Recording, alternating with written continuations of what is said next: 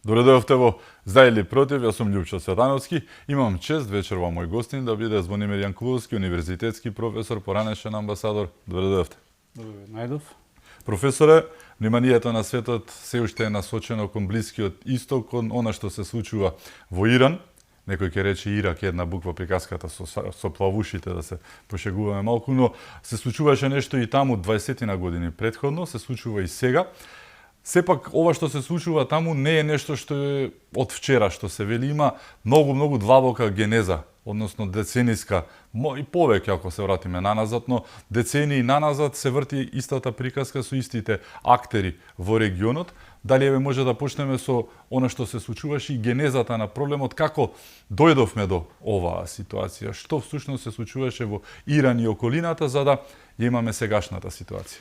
Добре, тоа оди малце подалеку, мислам, и во времето, тоа оди во времето кога се промени власта во Ирак во крајот на 70-тите години, кога се устоличи ајатолахот Комеини и кога една од ретките ситуации во историјата на дипломатијата беше упадот во американската амбасада и кога студентите земаа заложници негде околу 50 амерички дипломати беа земени заложници, беа држани 444 дена. Морам да признам дека се работи за исклучително непријатен случај, посебно во контекст на она што значи дипломатски односи меѓу државите. Упаѓање во дипломатско представништво ретко се случувало, дури во Втората светска војна германците воделе сметка за тоа. Меѓутоа, ова беше случај кој покажа како ќе се развива во основа, во која насока ќе се развива режимот и во која насока ќе делува режимот во Иран. Верскиот фанатизам кој дојде со ајатолахот Комеини и врз основа на кој беше уредена државата, во основа го смени целиот концепт на функционирањето на иранската држава, затоа што многумина ќе ја поистоветат со арапскиот свет, обкружена со арапски држави. Некој ќе ви каже дека се работи за арапи кои живеат во Иран, меѓутоа се работи за многу стар народ кои во основа се персијанци, кои зборуваат јазик кој е нивен. Така што таа историја американците тогаш доживеа, мислам, стварно големо понижување, се обидоа да во акција да ги ослободат заложниците, беа целата мисија пропадна, не знам, се работеше за хеликоптер срушен, војниците кои беа пратени на мисија погина, така што постоеше дилема дали да се преговара тогашниот државен секретар, меѓутоа тоа е нешто што американската историја или американската администрација секогаш го има во своите досиеа како нешто каде што не успеале. Нормално самиот режим кој беше воспоставен подоцна потврди дека Иран се наметнува како глобален играч во тој регион и последните случувања беа повезани токму со она што ги застрашуваше не само интересите на Соединетите американски држави во регионот, туку на државата која е во основа обкружена со арапскиот свет, тоа е Израел, каде што збогатувањето на ураниумот беше една од главните точки на спорење со Соединетите американски држави и можноста да Иран поседува атомско вооружување како начин на одвраќање. Да кажеме, затоа што не знаеме во која насока ќе беше употребено доколку тоа се случеше. И токму тука се движеше анимозитетот меѓу двете држави, дури и Заливската војна беше дел од една поширока приказка каде што Ирак беше искористен во војната со Иран. Така што има предисторија, меѓутоа поновата историја покажува дека Соединетите американски држави ја следат оној наратив дека се работи за држава која го поддржува тероризмот во светот, дека стои позади актите на тероризам, дека плаќат, дека финансира терористички организации низ светот.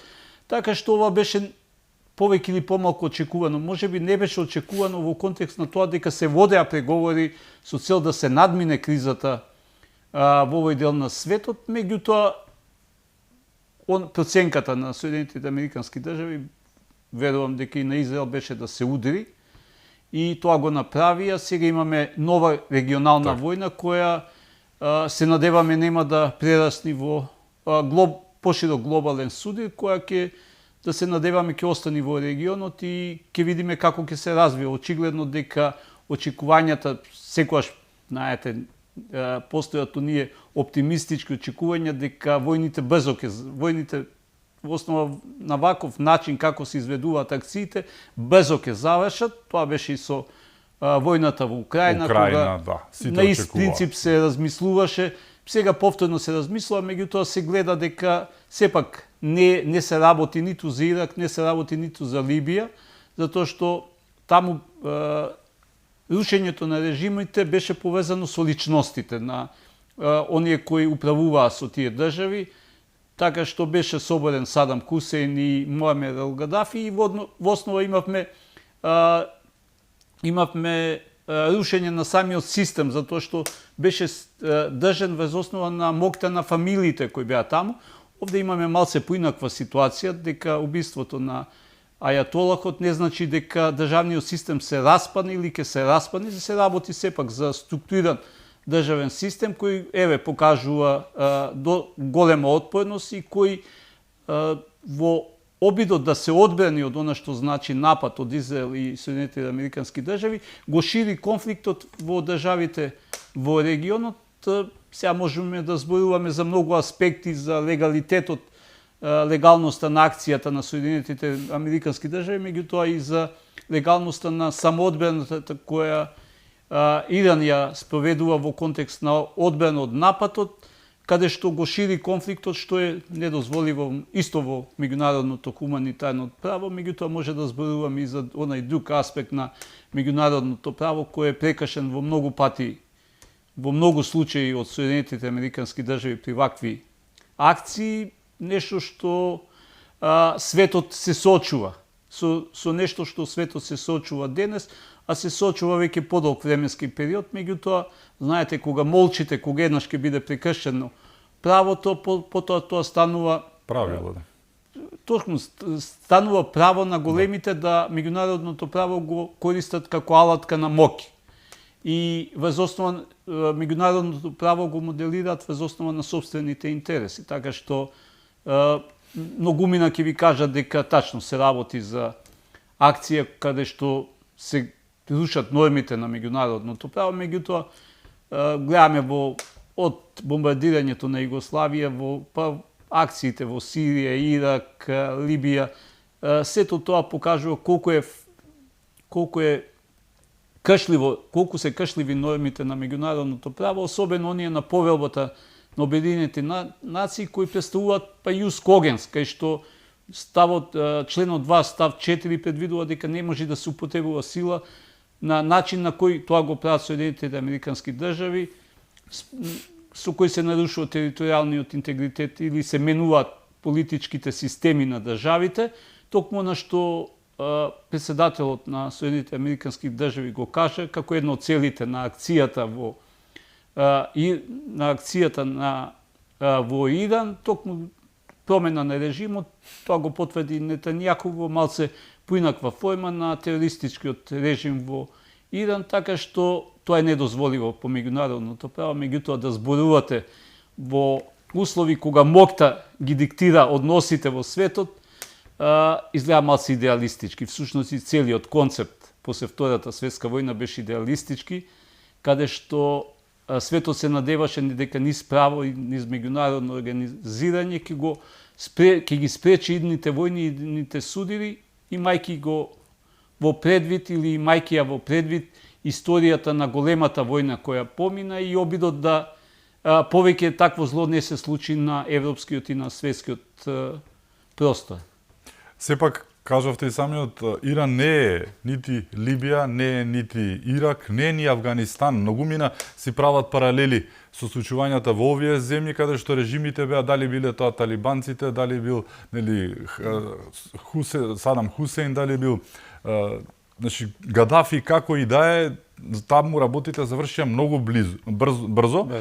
Но сепак правичните очекувања од тој блицкриг на Америка и на Израел беа насочени натаму. Како минуваат деновите, мислам дека се повеќе и повеќе луѓето мислат дека нема ова да биде така очекуваното на брзото преземање на власт, иако еве нели Трамп лицитираше со нови владетели, па не му се свиѓал реза, па му се допаѓал овој, не му се допаѓал, што малку во оваа ситуација каде што ништо не се знае, можеби малку, нели, не е смешно, трагикомично, но нема аберот брз завршеток, како што се претпоставуваше првиот ден, бидејќи беше успехот огромен на американско-израелскиот напад, но очигледно ефектот не е толку како што беше очекувано. Не, брз нема сигурно да биде и она што Соединените американски држави Израел се надева дека промената ќе дојде од внатре. Мислам, тоа е и целта, сигурно нема гледам од она што го читам во Соединените американски размислувањата се дека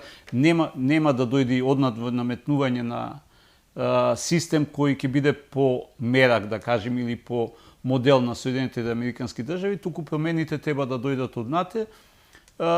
Нормално играат на незадоволството од се она што режимот во Иран го испорачуваше во последните децении, особено на состојбата на човековите права која е далеку од нормална, мислам. Сега да зборуваме за една состојба каде што имате изедначување на женскиот род со анималност или со... Мислам, има нивното учење одстапува од какви било стандарди прифатени во светот во поглед на човековите права, така што не можеме да зборуваме за режим кој повеќе или помалку е демократски, режим кој во основа го имплементира шеријатското право во систем во кој не бил познат, не било познато тоа, така да ние, за тоа кажав на почетокот, да размислуваме за Иран како муслиманска држава, притоа забораваме дека се работи за народ со многу долга историја. Нормално, војната нема да заврши преку ноќ, мислам. Тоа е илузијата која, не знам, живее во очекувањата дека ќе се случи она што се случи во Србија, дека ќе се случи она што се случи во Сирија, во Ирак, во Либија. Таму имаше силна поделеност, нели, меѓу луѓето, ја поценија ли кохезијата? Кажав, се работи за личности која држаа власта во своји раце, дека е малце поинаку воспоставен, има државен систем кој е доста стабилен, да кажеме, во такви услови, нормално почива на мок на оние кои ја водат државата и оние кои стојат идеолошки позади власта во државата, систем кој е крајно недемократски и кој во основа треба да биде променет. Ќе видиме како ќе се одвиваат работите понатаму, колку ќе трае, тоа не знаеме, меѓутоа се случуваат некои работи кои до сега не биле забележани. Еве денеска имате потопување на фрегата, иранска фрегата воена од подморница, велат прв пат после Втората светска војна е потопена со торпедо, така што имате работи кои сме ги подзаборавиле. Всушност сме ги подзаборавиле сравотите на Втората светска војна и во основа тоа ни се враќа. Сега се соочуваме со судири кои по бруталноста можеби одат и над она што се случуваше во Втората светска војна, меѓутоа поинакви се перцепциите. Заборавивме на многу работи, заборавивме на заканата од атомското, нуклеарното, сега нормално збора за ограничен нуклеарен удар, не знам како го замислуваат ограничен, како тоа ќе се изведи, дали радиацијата ќе се задржи таму каде што ќе падне нуклеарната бомба, така што многу работи, книгите од минатото остана во библиотеките да фаќаат прашина, ретко некој ги чита, меѓутоа светот се менува и тоа е веќе факт. Тука не може никој да спори дека начинот на кој се раѓа новиот светски поредок е токму она што Грамши го опишува во тие сетите години на минатиот век, кога вели стариот никако да умре, новиот никако да се роди, вика сега е време на монструми. Токму ова што се случува е токму она што Грамши го пишува во тие сетите години на минатиот век. Гледате како новиот поредок се раѓа низ крв, низ нови војни, низ ново преструктурирање на мокта во светските односи и она што секогаш, знаете, оној кој се бави со меѓународните односи, знае дека почнува тоа дека системот е хаотичен во меѓународниот систем и дека таму доминираат интересите и моќта. Сега го гледаме токму она што реалистите во Соединетите Американски држави го пишуваат, го работат, го истражуваат, така што идеализмот очигледно полека отстапува пред моќта и пред интересот на државите, особено на оние моќните, се разбира. Како ги гледате реакциите од останатиот дел од светот? Дали беше очекувано да Русија реагираше како што реагираше, иако можеби малку помлако од очекуваното? Кина исто така, Европа сите очекувавме дека ќе биде ни риба ни девојка, иако онаа тројката малку е по исторениот. Тројката менува се. Да. Затоа што, добро, за Русија вела дека изјавата звучи како изјава на Европската унија. Да.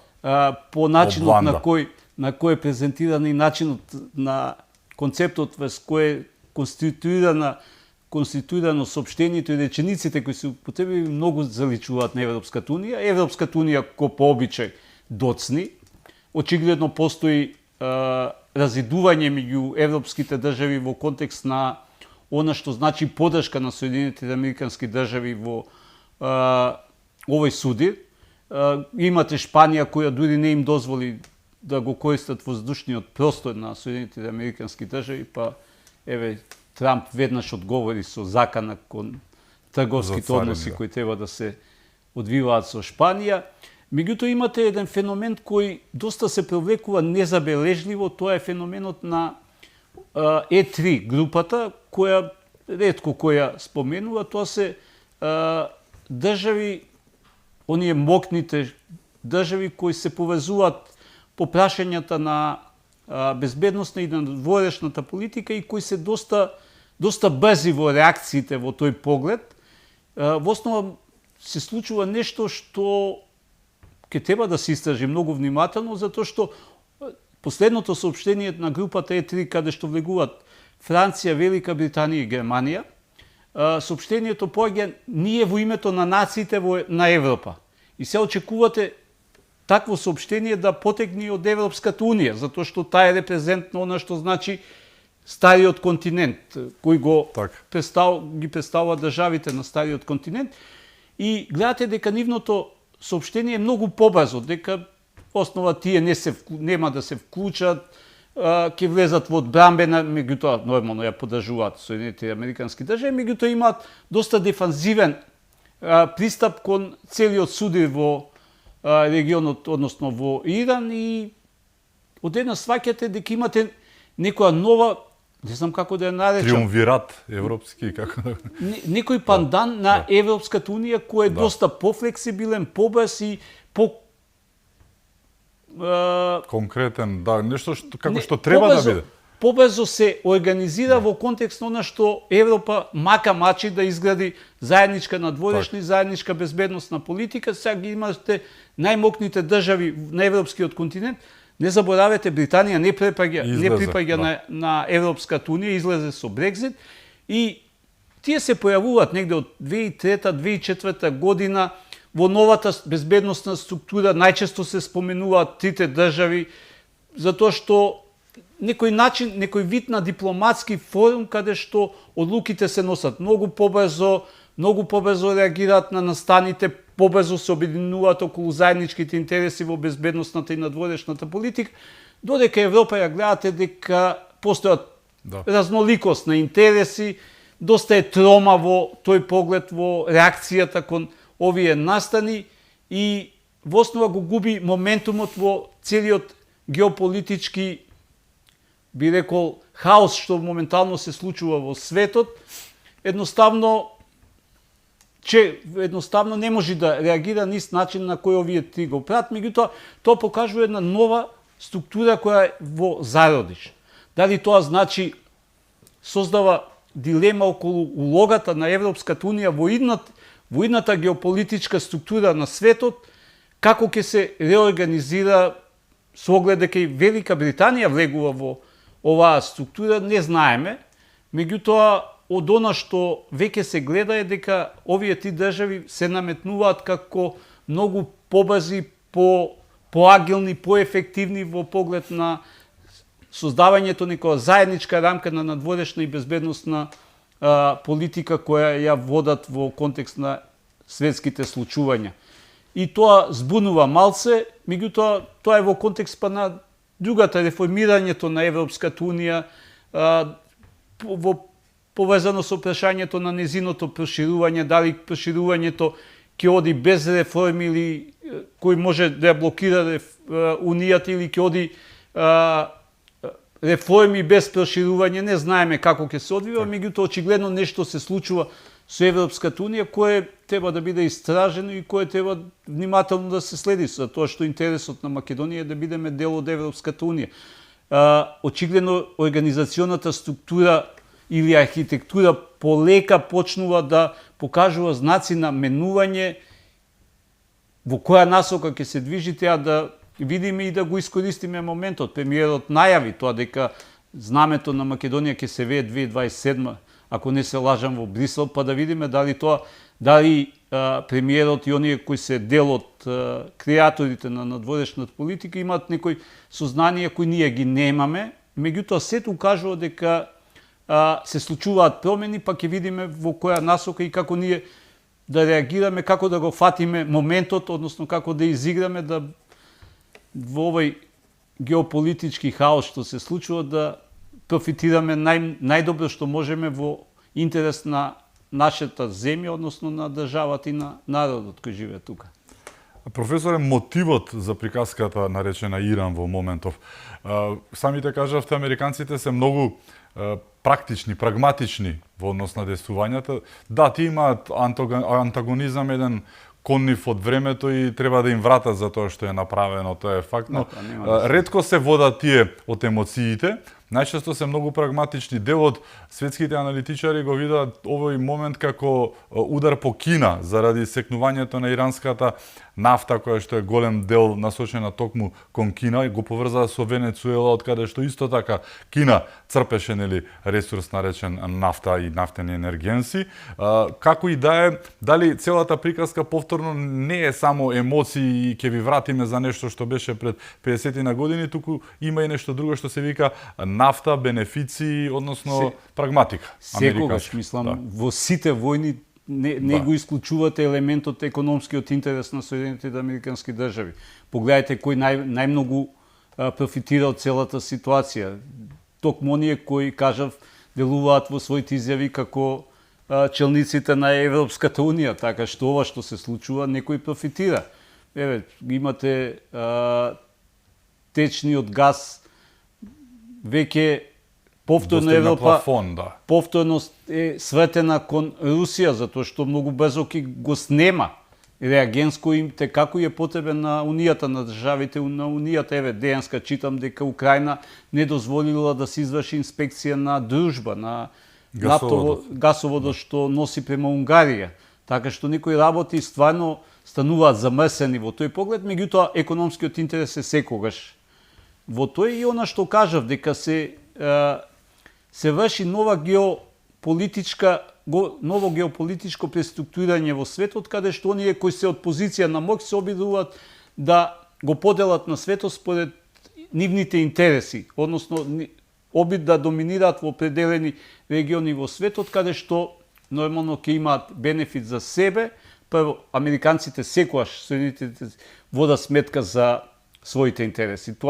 Тоа што ние треба да го научиме, дека прво и основно во надворешната политика ги следите националните интереси. Ние со години забораваме што е тоа национален интерес, затоа што едноставно го занемаруваме во интерес на нечии други интереси, наместо да се раководиме од она што е наш на државата, ние се раководиме од нешто што ни е кажано дека треба да биде наш интерес, па заглавуваме таму каде што е најбитно.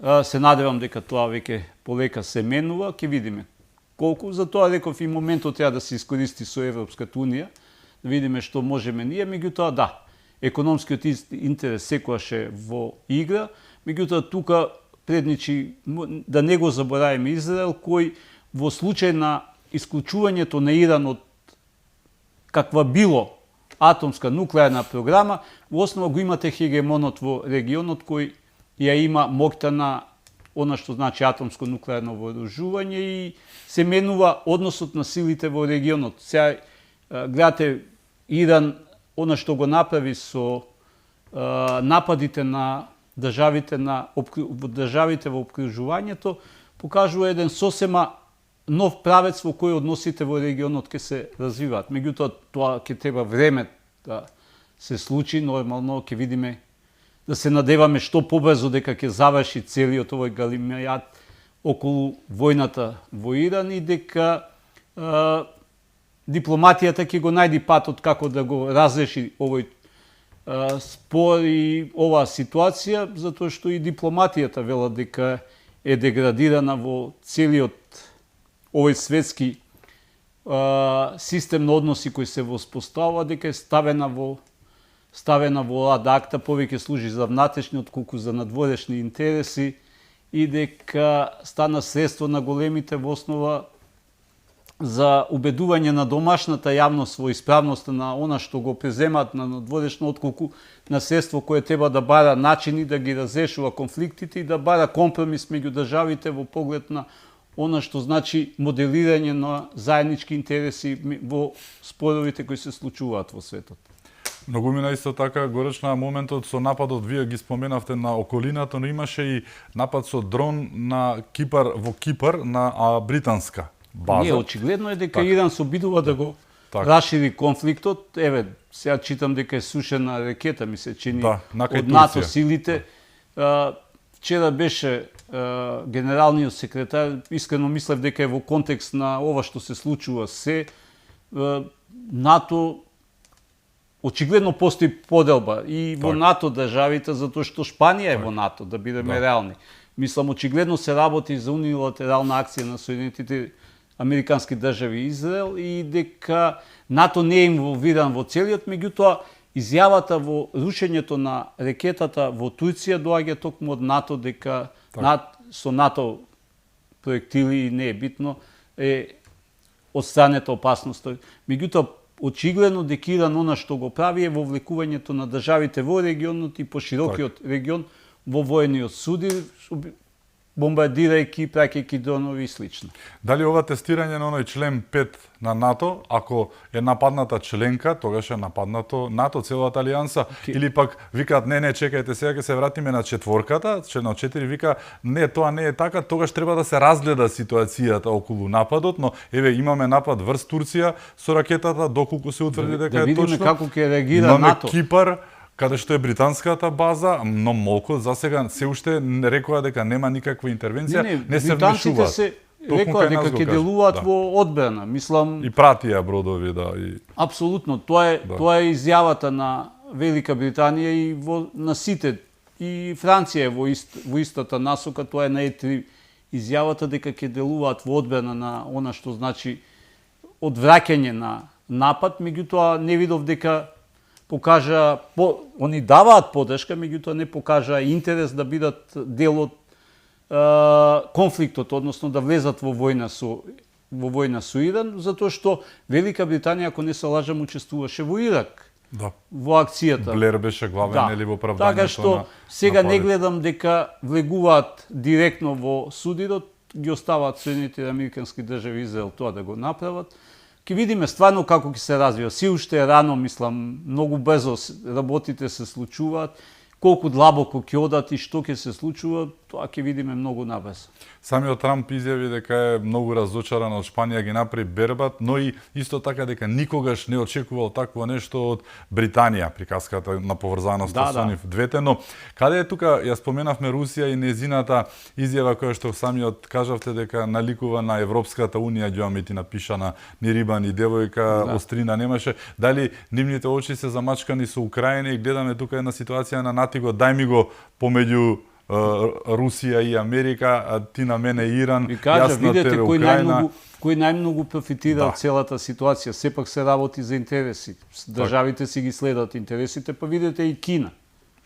Едноставно, она што сите мислеа дека држави кои го подржува Иран во конфликтот со, без оглед, невоен конфликт со Соединетите Американски држави, застануваа за Иран, за програмата и слично, одеднаш имаат не дефанзивен, меѓутоа немаат она што би значило офанзивна поддршка на Иран во судирот со Америка, со Соединените Американски држави и Израел.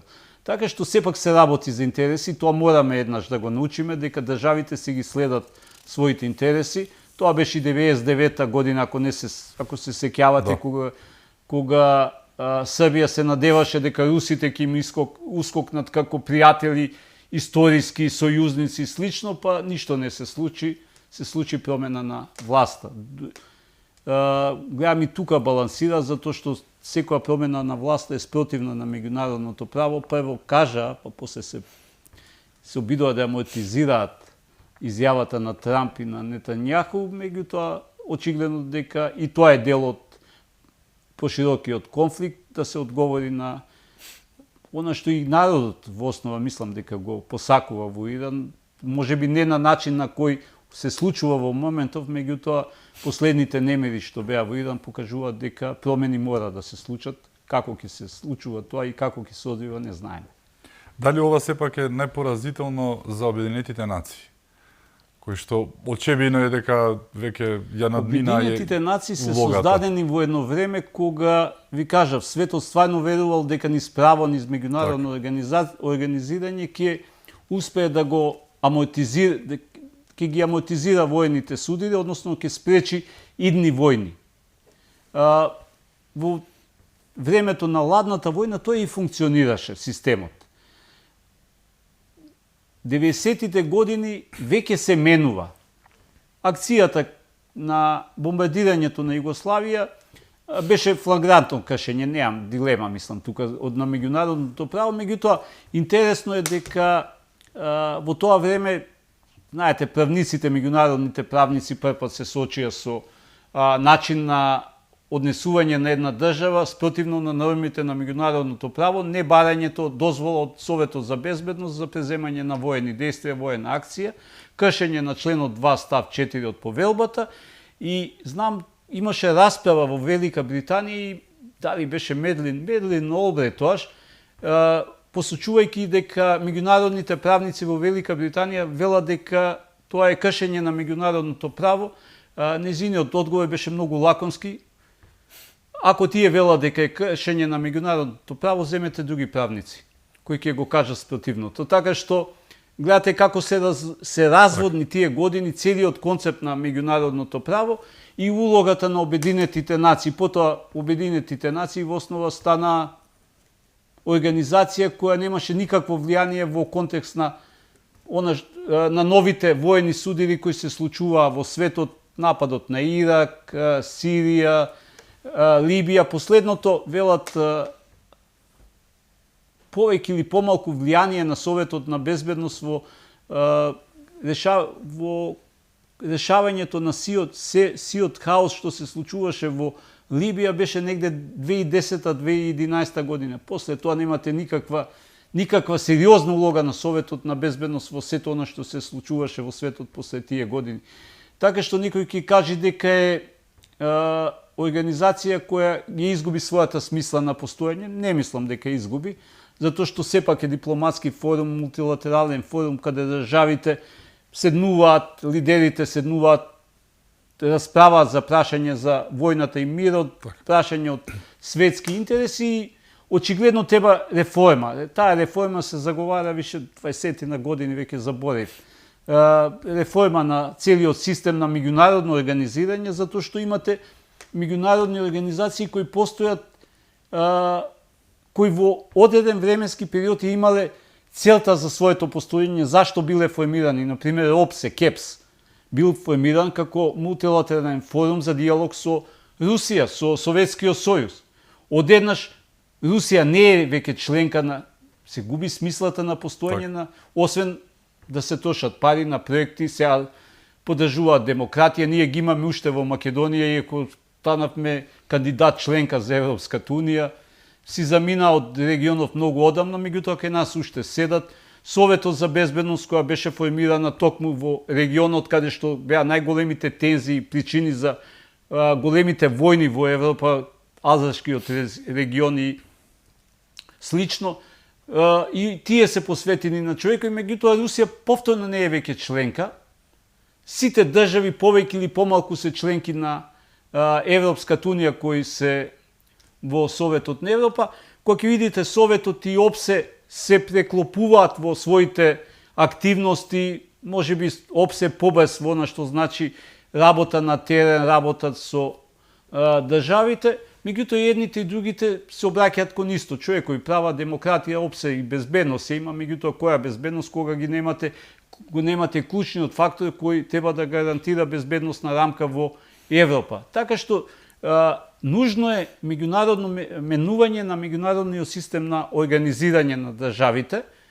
Нормално, тоа е процес, не можеме да очекуваме дека утре ќе се случи, меѓутоа очигледно е потребата. Така и за Обединетите нации, кој е светски форум и кој треба да опстои, затоа што треба државите, односно државниците да се сеќаваат негде, да се направи обид да повторно се реафирмира целта за нивното постоење, затоа што, ви кажав, некако брзо се заборавија стравотите на Втората светска војна, се заборави, дури имате и стравот од нуклеарната војна, некако стана многу вообичаено, го нема веќе во светот, иако прашањето на нуклеарната војна е прашање на опстанокот на човечката цивилизација. Не е тоа прашање на сега ќе се тепаме, ќе ласираме ракети со нуклеарна боева глава, затоа што порано рамнотежите на сила беше рамнотежа на стравот. Меѓу едната и другата голема сила, се имате повеќе држави кои поседуваат атомско-нуклеарен потенцијал за уништување, така што нужно е постоењето на овие организации, меѓутоа нужно е и нивна реформа која предолго трае, изгубена е смислата на она што било некогаш како потреба за нивно функционирање, во која насока ќе се движи, ќе видиме. Имаме уште теми за отворање. Со нас е професорот Јанкуловски, ќе зборуваме и за Европската унија, за она што не очекува, за она што треба Македонија да го направи. Се враќаме веднаш по рекламите. Останете со нас.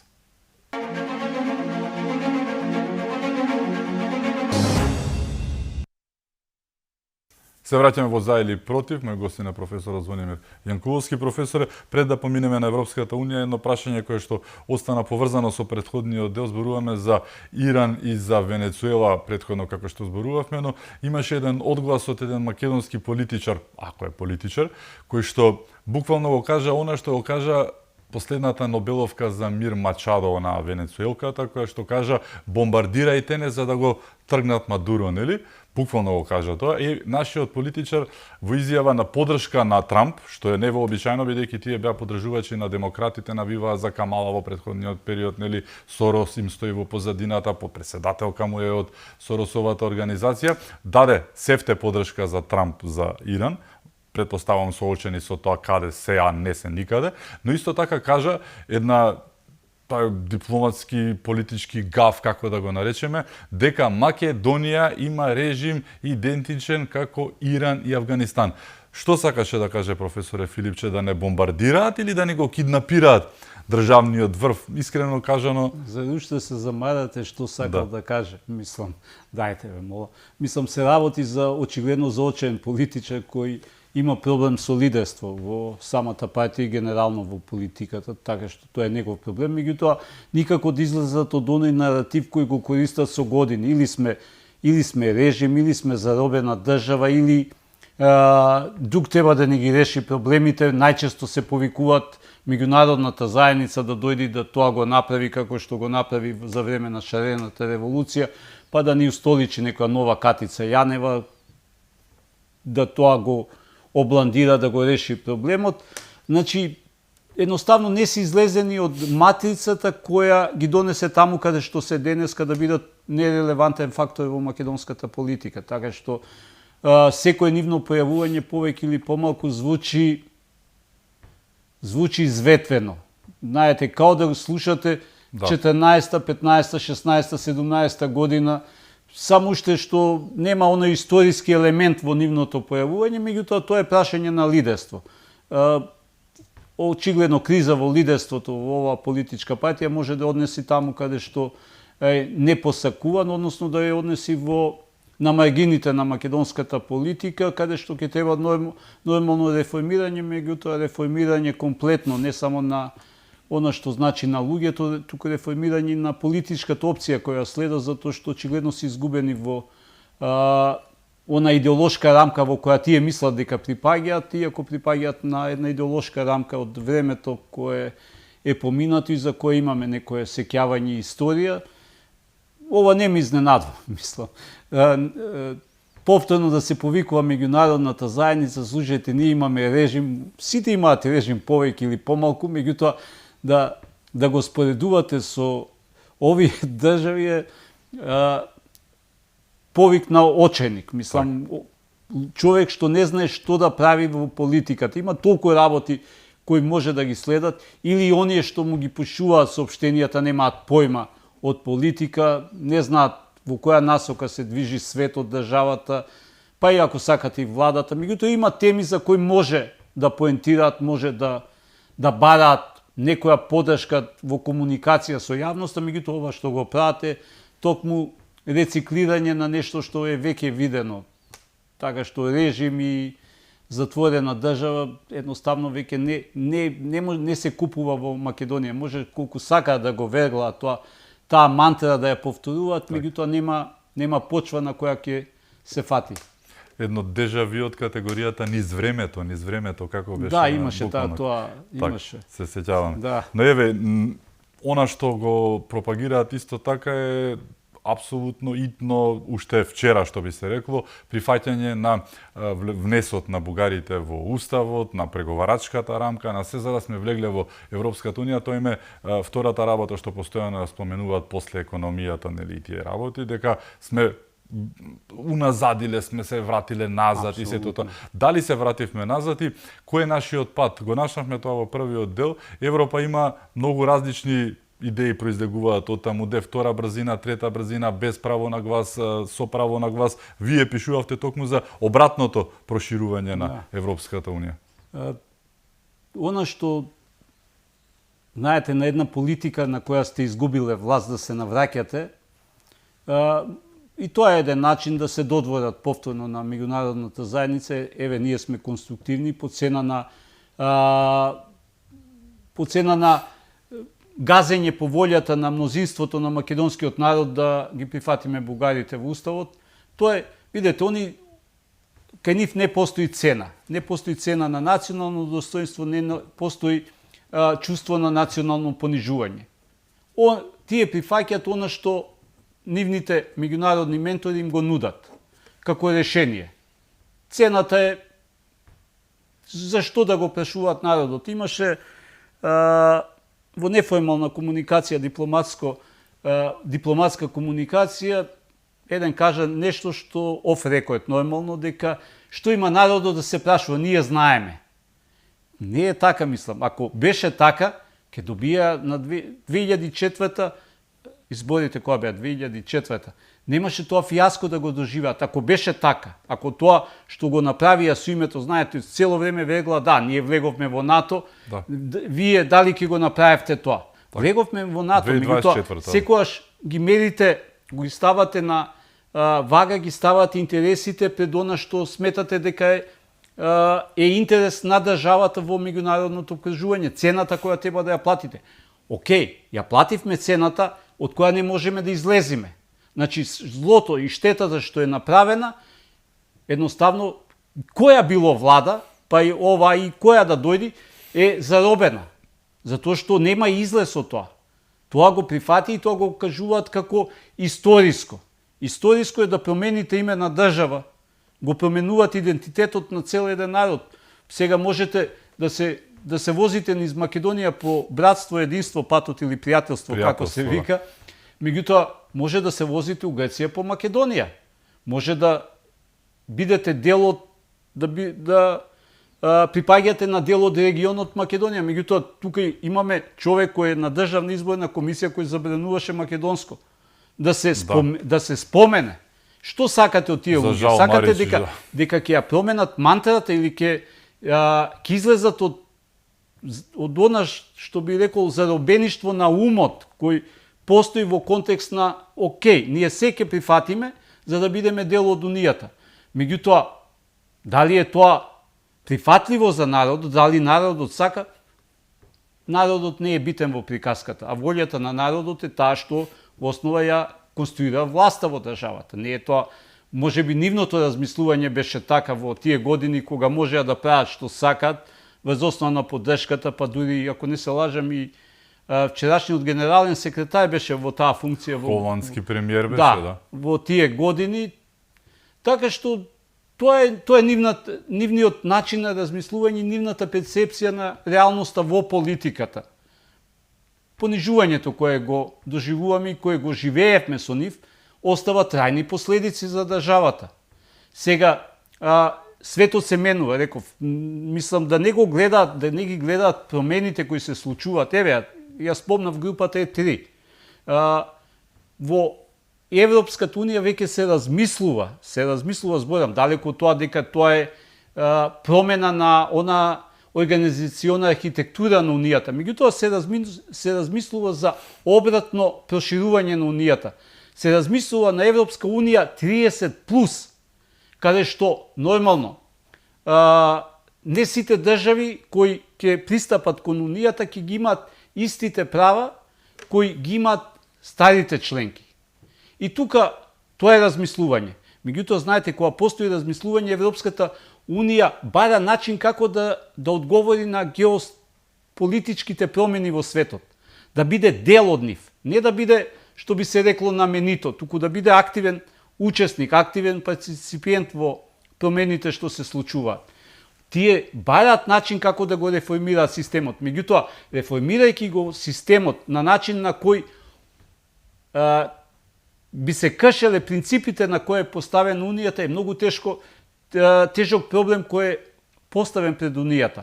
И затоа се размислува за унија на неколку брзини. Еве, Зеленски го одби тоа, дека ќе стане членка на унијата 2027 без право на глас. Не сака да чуе.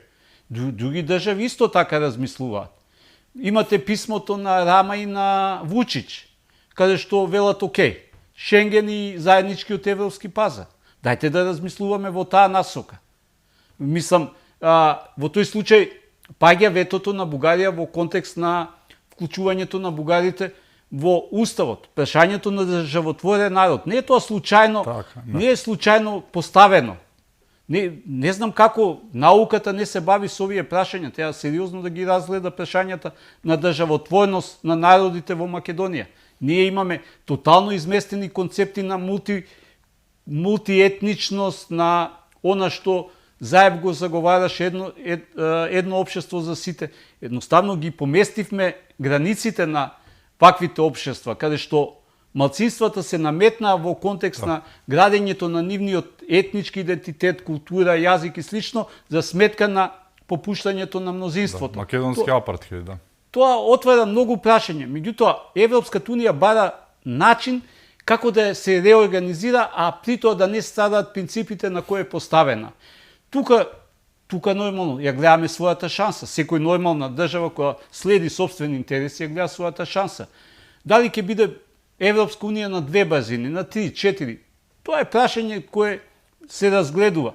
Се размислува да 6 најмокни држави, политички и економски, Велика Британија, отидов и јас со групата, Франција, Германија, Холандија, Шпанија, Италија и која пропуштив држава, размислуваат да бидат она јадро кое во основа би се трансформирало во некој федерален сојуз, каде што одлуките многу побрзо и многу поефикасно ќе се носат, со цел да одговори на промените, затоа што целата структура на Европската унија, како што поставена, е доста бавна. Мислам, Полска беше меѓу нив. Полска, тачно. Да. Ја заборев. Значи, токму тоа е обидот. И по принципот на Соединетите Американски држави, каде што секоја држава ќе задржи определена моќ. Меѓутоа, останатите држави го одбиваат, нормално се плашат, хиерархија на моќ имате. Меѓутоа, таа идеја се размислува, не е тоа да кажете да, отфрлена е. Напротив, се размислува. Се ова обратно проширување е тоа. Океј, ќе ве примиме. Меѓутоа, правата од полноправно членство ќе ги имате откако ќе ги исполните стандардите. Тоа се однесува за Украина. Така. Украина ќе ве примиме 2027, меѓутоа прашањето што правиме со останатите држави. Ако правиме преседан во однос на една држава, тогаш што правиме со државите на Западен Балкан и Молдавија. И тука ја гледам нашата шанса, затоа што Европа 30 плюс би функционирала на тој принцип. Поинаку не знам како ќе успеат да го избалансираат односот помеѓу она што значи принципи, врз основа на кој е положена унијата, и она што значи проширување кое е нужно за Европа геополитички да одговори на промените во светот. Значи, сега проблемот станува геополитички, не станува политички или економски или слично. Геополитички, позиционирањето на Европа во геополитичкиот нов простор кој се создава во светот. Поинаку Европа останува на маргините, како што вообичаено се случува и ќе се родат вакви структури нови, Е3, можеби Е4, Е5, Е6, не знаеме. Меѓутоа, ова покажува дека нешто се придвижува, нешто се менува, ние треба само да го следиме и да го фатиме патот, односно да го најдеме својот интерес во целиот овој процес. Тоа е вашата препорака до Македонија. Па мислам дека они што сериозно се занимава со надворешна политика, ги анализира работите и си го бара собствениот интерес во промените, а промените се нужни. После војната во Украина и после војната сега во меѓу Соединетите американски држави, Израел и Иран, очигледно ќе има преформатирање на односите во светот, ново геополитичко позиционирање. Ние треба да си го најдеме својот простор таму. Благодарам што бевте мој гост. И благодарам вас. Ми беше чест. Благодарам и вам што бевте со нас, да сте ни живи и здрави и секако чувајте се многу.